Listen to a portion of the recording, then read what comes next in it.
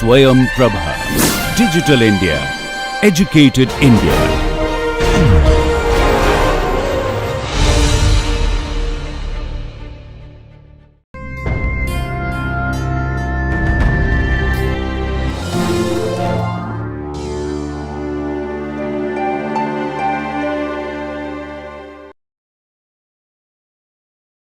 Okay, we came across this slide few slides back and discussed this.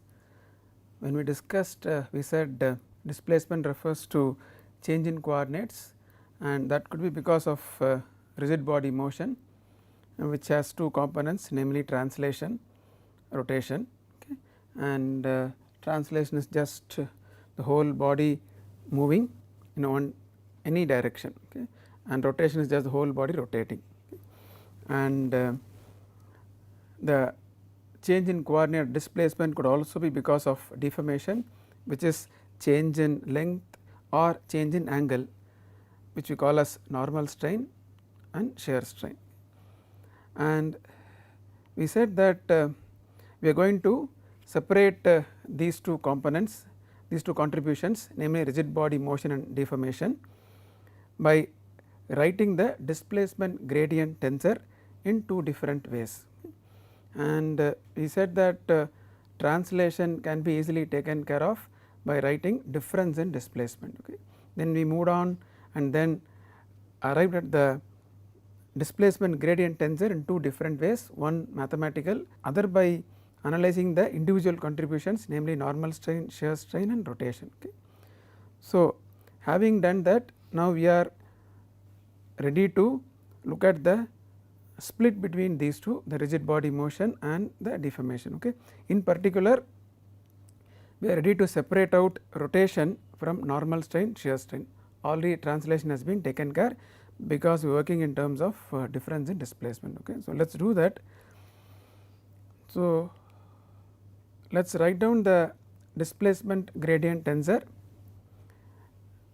using the first way, which was the mathematical way, where we expressed total differential in terms of partial differential. So, that is the first expression. Second, what we did was we analyzed the individual components, individual contributions to the displacement in x direction, difference in displacement due to normal strain, shear strain and rotation. Okay. And then these were the components, and then we summed up all in the previous slide, and that is what is shown here, and then proved that it is same as the first row for the x displacement, and hence got an expression for displacement gradient in the second way also. Now, we are not going to sum up all the components as shown here, we are going to separately sum the normal strain, shear strain contributions and keep rotation separately, and that we are going to do in a form of matrix. Let us do that. The left hand side is the column vector of difference in displacement. As I told you, here we have written difference in displacement. To represent similar to this, we are writing in terms of differentials of displacement. Okay. So, how did I write this expression? Let us take okay.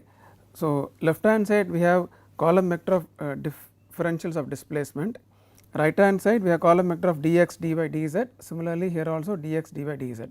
So, we have to represent this table in the form of two matrices or two tensors, that is what we are going to do now. So, now let us take the first row. I have delta x here, and so I have written epsilon xx here. The term in the matrix is epsilon xx and this is dx. So, when you multiply epsilon xx with dx, you get this first term. Okay. And then I have epsilon xy multiplying delta y. So, delta y or dy is here. So, the second term is epsilon xy here, and then I have delta z, I have dz here. So, next term is epsilon zx. So, that is how these two, the normal strain, shear strain, have been put together and represented as a one row, in this particular tensor or matrix. Okay. Now, similarly you can do for the y direction. When you do for y direction, the dx contribution comes from the shear strain. So, first term is epsilon xy, and that is what you have here, and then the second term comes from the normal strain, that is along the y direction, and that term is here, and then once again the third term comes from the shear strain contribution. So, epsilon yz into delta z, okay. That is the term here. So, likewise you can complete for the z direction as well. Now, let us look at the contribution from rotation. Here again you have dx, dy, dz, and we are going to represent this once again in form of a matrix or a tensor. So, if you take the first row for difference in x displacement, there is no delta x or dx, and that is why this is 0. And now, if you take delta y and then dy here, the corresponding term is minus omega xy, and that is what is written here. Now, if you take delta z and then the ds here, the corresponding term is omega zx, and that is what is written here as omega zx. Now, if you come to the y displacement, you have term for delta x, okay, the corresponding term is omega xy, and that is the component here. You do not have delta y here, and that is 0, and you do have delta z here, and that is minus omega yz. Similarly, you can write for the z direction. So, what is that we have done now? We have earlier we summed up all the contributions and proved that this expression is same what we obtained through the mathematical way. Now, what we have done, we have split this up to this as one matrix representation, and these two terms as or put which represent rotation as another matrix representation. Okay. Now, we have shown that this tensor is equal to the tensor obtained by splitting into components, which means that this tensor is equal to sum of these two tensors or matrices. Okay. What we will do now is we will show that in the next slide, but before that we will express the epsilon xs, xx, epsilon xy are all components of this tensor. Similarly, omega xy are all components of the second tensor. We will name it shortly. We will write in terms of the displacement gradients. Epsilon xx is represented by dou ux by dou x. Epsilon xy, remember we have to be careful, epsilon xy is gamma xy by 2. Okay. Gamma xy is shear strain. So, gamma xy is this. So, epsilon xy is half of gamma xy. So, epsilon xy is one component of this tensor, gamma xy is the actual shear strain. So, this component is half of the shear strain in terms of nomenclature. Okay. It usually it causes some confusion. So, let us be clear that gamma xy is the change in angle, half of that is this component of this tensor. Okay. So, similarly I represent all the epsilons in terms of the displacement gradients, epsilon zx, epsilon xy, epsilon yy, and similarly all other components. Now, coming to the second tensor, we have minus omega xy, I have minus here, and this is of course omega xy, which we have seen already. So, I represent omega xy in terms of displacement gradient, omega zx. Now, this is plus omega xy, okay, this is minus omega xy, this is plus omega xy, and of course all the diagonal components are 0. So, what we have done is this represents the tensor from the mathematical way. This equation represents the same tensor when we derived it in terms of components, but represent as two different tensors or two different matrices. What we have done here is represented those two different tensors in terms of displacement gradient. Epsilon xx, epsilon xy are variables. Unless we express in terms of displacement gradients, they are not useful. Okay. They are just expressions, okay, or variables we introduce for our convenience. Okay. This 3-dimensional representation of course looks a little more complex. What we will just show in this slide is what is the 2D version of that. Looks little easier to follow, easier to understand. Even for your understanding, you will understand most of the concepts by looking at the 2D version of the equation. So, this slide is same as the previous slide. Those equations were for 3D, corresponding equations are shown here in this slide for 2 dimensional case. Okay.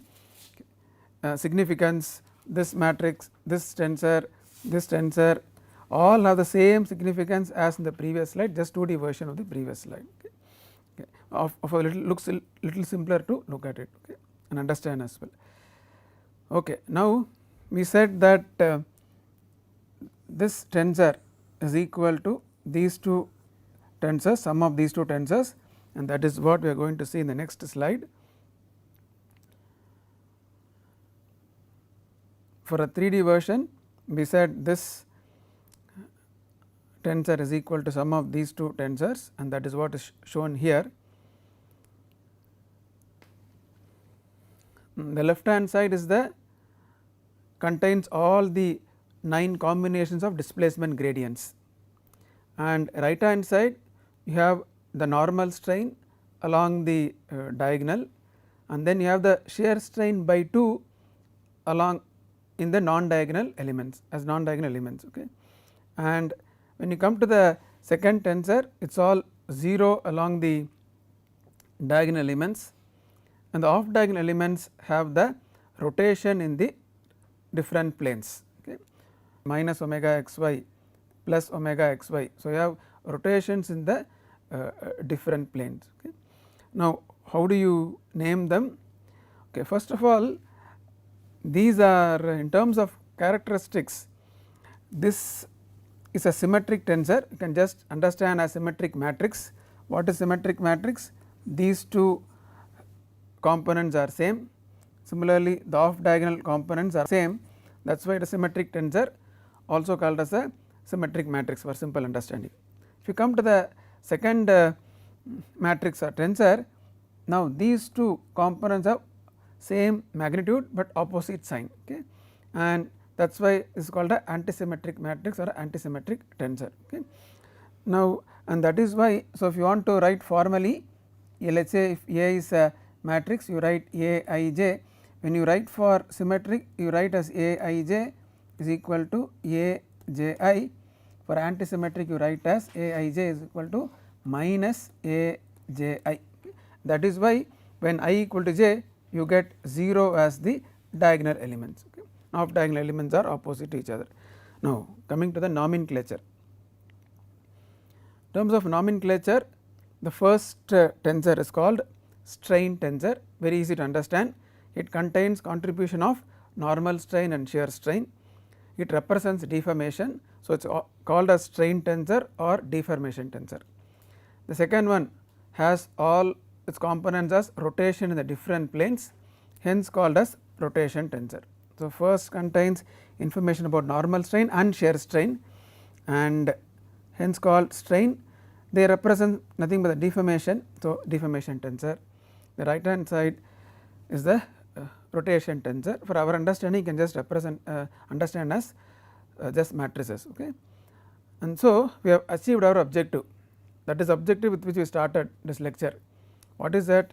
We left hand side has all components of difference in displacements, okay, of course varying in different directions, which means translation has been taken into account. Now, difference in displacement had two components. One was the rigid body motion because of rotation, other was for deformation because of normal and shear strain, and we have separated, we want to separate the rotation part from the deformation part, and that is what we have achieved. Okay. Once again, why did we all this? We will see later, the last slide after this example, we will have numeric example now. Okay. So, let us put this in words. Displacement we said because of translation and rotation, which we called as rigid body motion, and then normal strain and shear strain were called as deformation. Okay. Now, what we will see is a numerical example, okay, to illustrate whatever we have discussed so far. Okay.